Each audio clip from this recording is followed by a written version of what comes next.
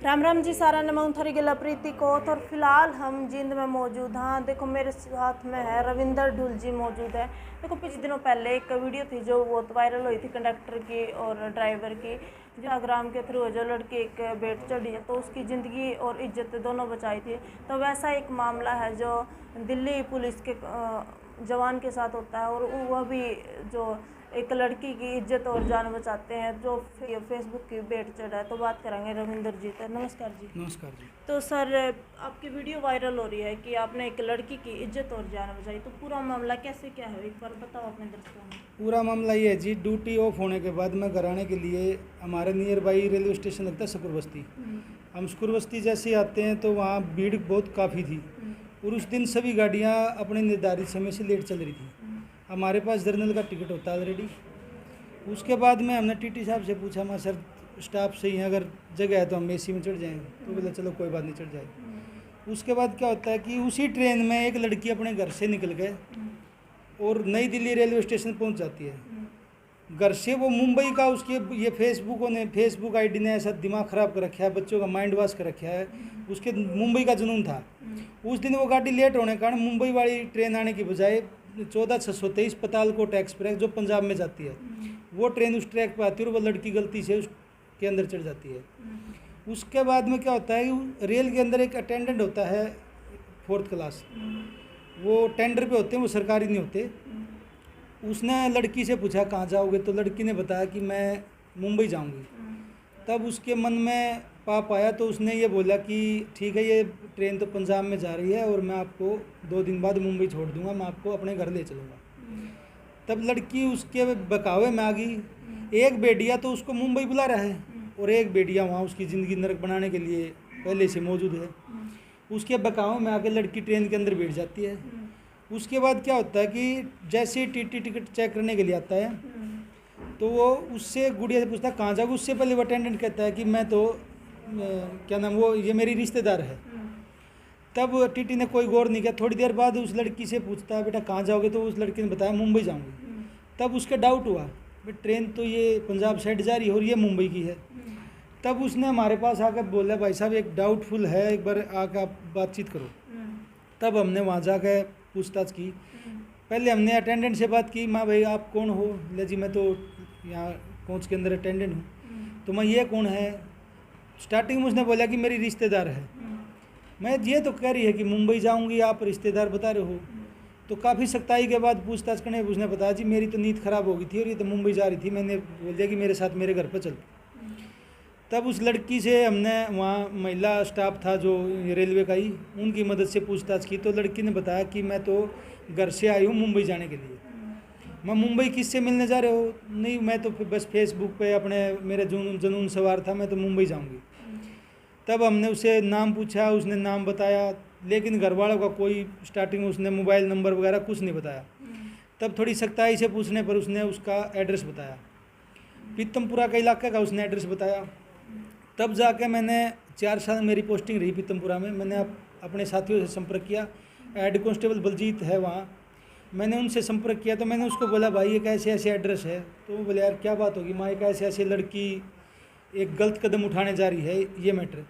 तब उसने बहुत ही जल्दी 15-20 मिनट में ही उस एड्रेस को ढूंढ के और उसके परिवार से हमारा संपर्क करवाया।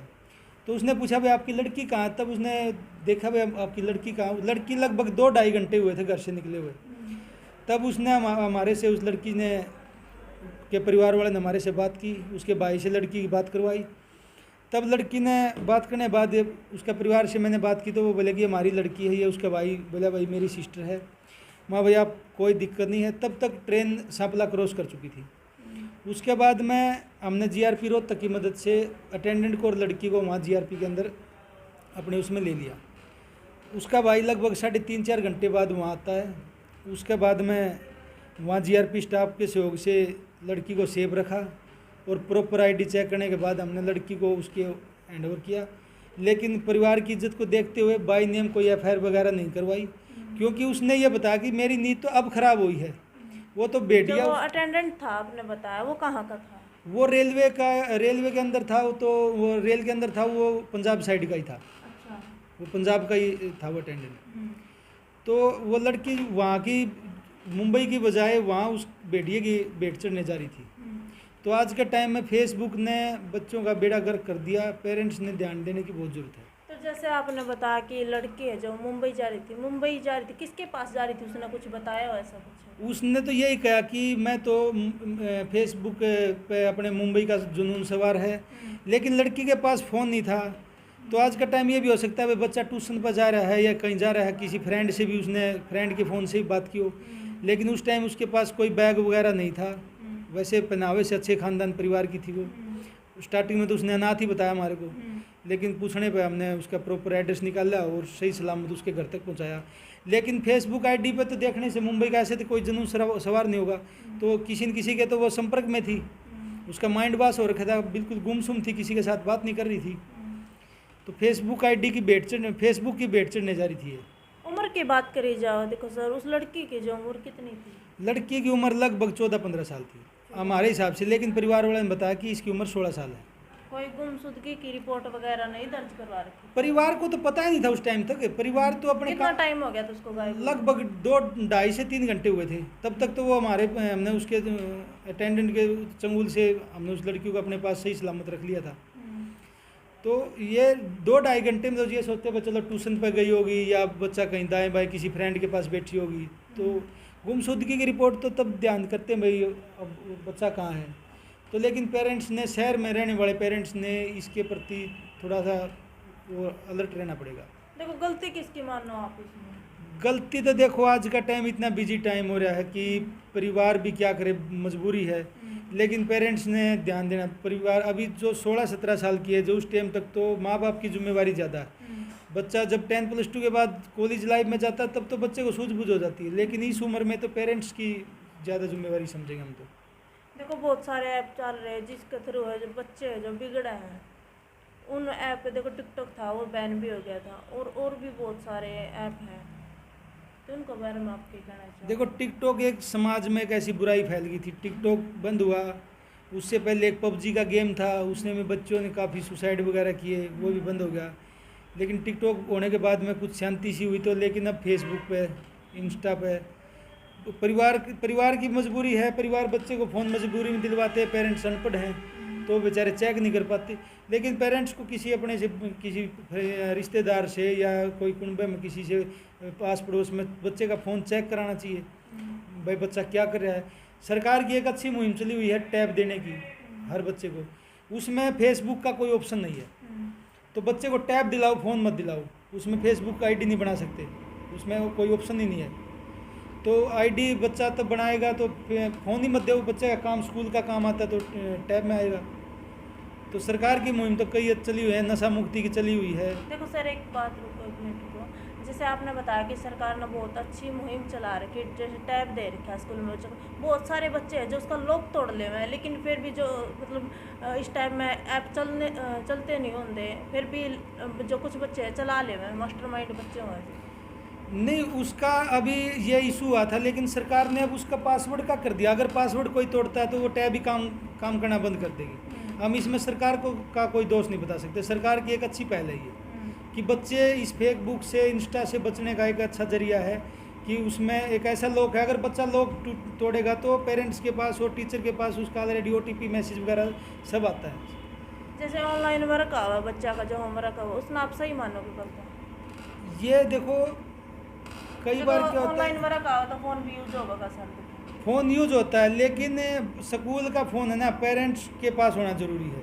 अगर बच्चा काम करा रहे तो पेरेंट्स को एक घंटे का या 2 घंटे का टाइम निकाल के बच्चे का काम उसमें जो आता है अगर खुद अपने पास बैठ के कराए तो दी बेस्ट रहेगा।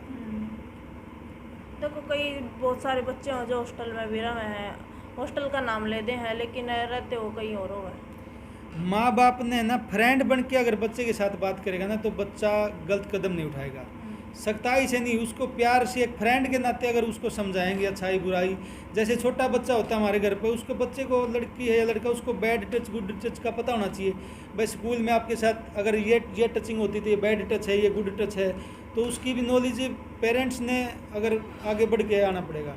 स्कूल में हर सैटरडे को मीटिंग होती है, पीटीएम होता है, तो वहाँ भी देखे टीचर का भी देखो भाई, ये टीचर एक्सपीरियंस वाला है या लोकल है या बाहर का है, इसका स्कूल में रिकॉर्ड है या नहीं है, ड्राइवर कनेक्टर है, तो सबका प्रॉपर चेक करना चाहिए। ये देख लेते हैं बड़ा स्कूल है, स्कूल नहीं। इसमें स्कूल की भी मजबूरी हो जाती है, बस कुछ टीचर बाहर के रखने पड़ते हैं, लेकिन उनका प्रॉपर आईडी वगैरह स्कूल के पास होनी ज़रूरी है। बहुत बहुत धन्यवाद सर। क्या नाम बताया आपने? Ravindra Dhull, VPO Ramrai, district Jind. तो देखो रविंद्र ढूल जी हमारे साथ मौजूद थे। इन्होंने फेसबुक के थ्रू है जो एक लड़की की बलि चढ़ते हुए बचाई, इज्जत और जान है जो दोनों बचाई है इन्होंने। तो देखो आपने भी इस वीडियो को ज़्यादा से ज़्यादा लाइक करना और शेयर करना है, और सभ्य कमेंट के जरिए जो अपनी राय है जो आपने ज़रूर देनी है। मिलते हैं नेक्स्ट वीडियो में। जय हिंद।